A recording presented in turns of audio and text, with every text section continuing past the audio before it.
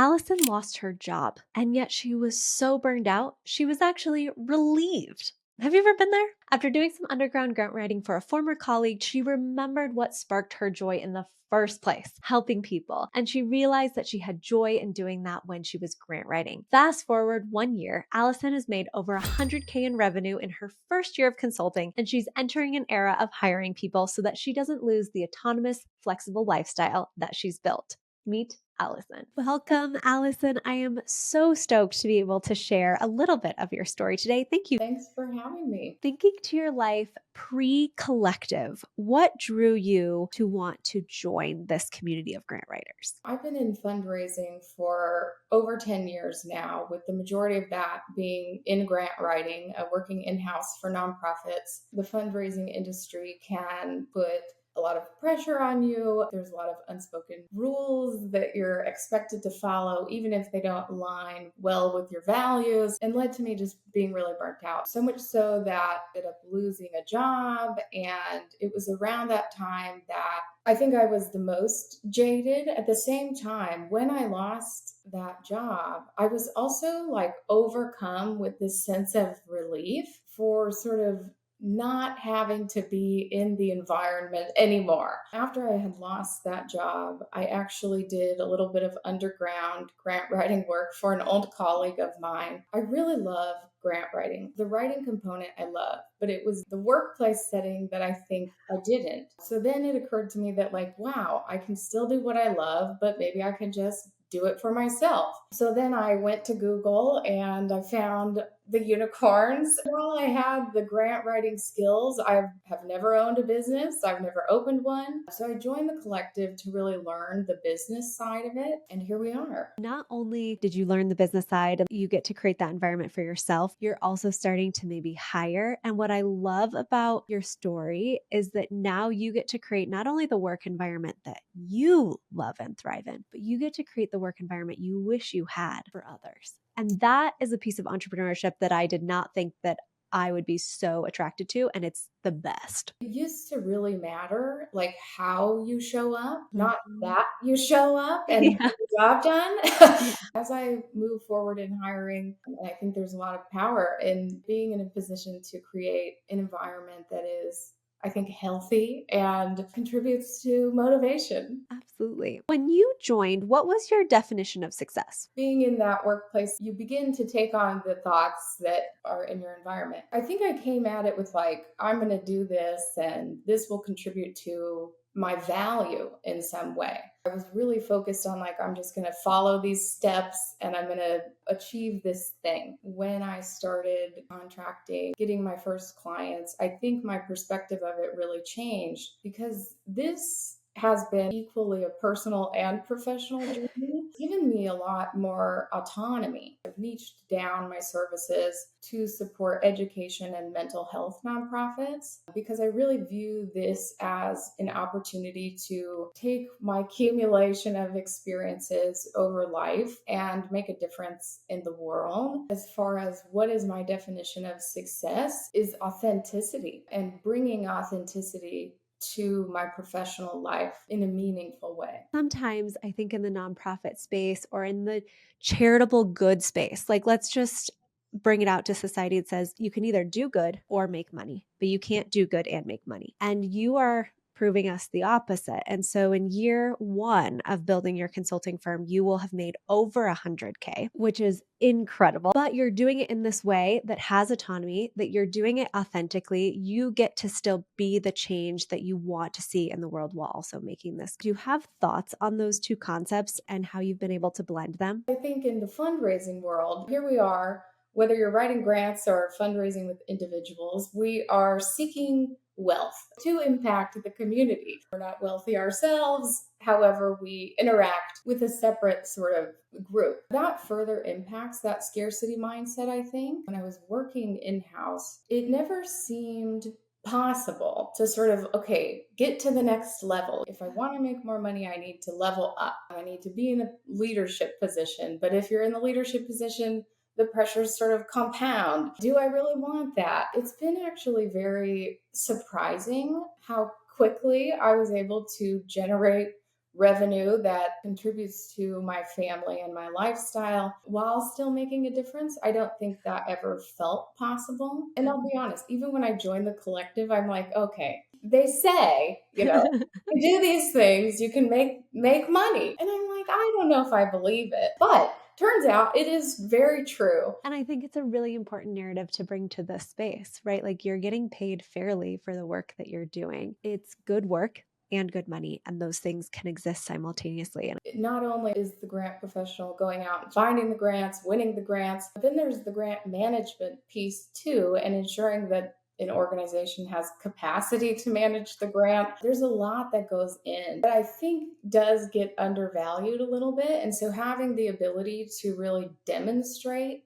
that value and the cost of what that takes has been really positive for me and contributed to that feeling of autonomy. Like, okay, I know that I can do this job well, but these are the things that I need to do it well.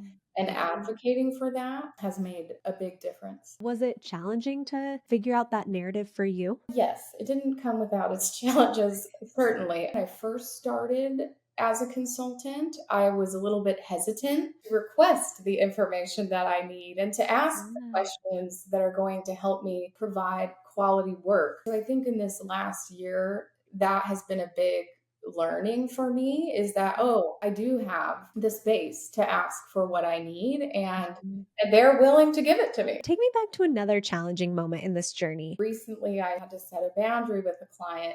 Boundaries are really, really hard. Those little moments of trusting your gut, fighting off the self doubt and all of the negativity that can creep in, those have been the most challenging moments for me. But it's not without the support of the unicorns. It's been great to have a community that I can lean on in those moments and just share what is going on and receive encouragement, solutions. It's been very, very helpful. As you are articulating this, it sounds like you hear it.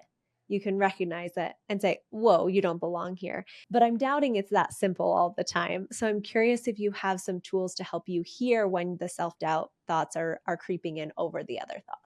I've spent a lot of time in therapy, and so the awareness of those thoughts, it gets stronger over time. I do have some tools I use to combat them. Deep breathing for one, meditation. I do a lot of meditation, and it really does help to just sort of clear the thoughts out, come back to my center, trust myself, and move forward. Therapy all the way and the breath work. What are you most proud of in this last year? The fact that I have been able to really change my perspective, not cut from necessarily the same cloth as a lot of the employers I've worked for in the past. I'm from a small town. I've got a whole sleeve of tattoos. When you think of your standard professional, I don't necessarily fit into that mold. And that was something that I always hid, trying to fit in or gain the approval of my colleagues or my boss. And I think what I'm most proud of in this journey has been my releasing of that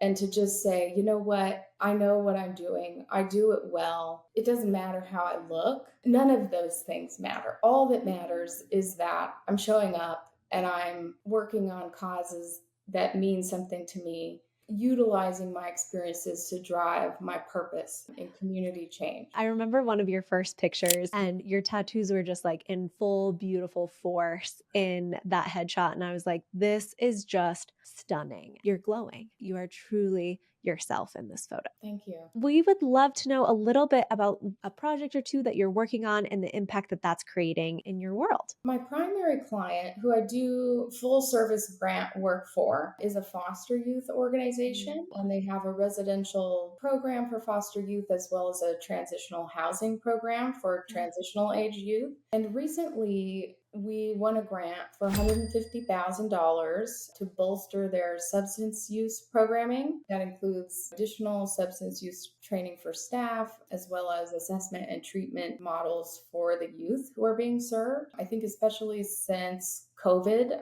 mental health issues have skyrocketed, especially for our youth, and substance abuse goes along with that. And unfortunately, foster youth have experienced many traumas in their lives that further add to those concerns. That one was a really big win for me and for the organization. Huge. Something I feel good about. And then sort of on the other side of my consulting work in more of the like organizational capacity building Mm, space as far nice. as grants departments Mhm. and helping to instill best practices around grant management in Yeah. organizations, making sure they do have systems and processes and tools in place to manage grants efficiently, survey work and management consulting, which I actually find I'm really drawn to that type of work and plan to do more of it. That you've just illustrated how we all get to bring different experiences to the table. Yes, we're going to teach grant research and grant writing, and we're going to teach all these different things, and we're going to incorporate that, and you're going to develop the skill in that. And also, there's these other facets of our experience, whether you're coming from an in house or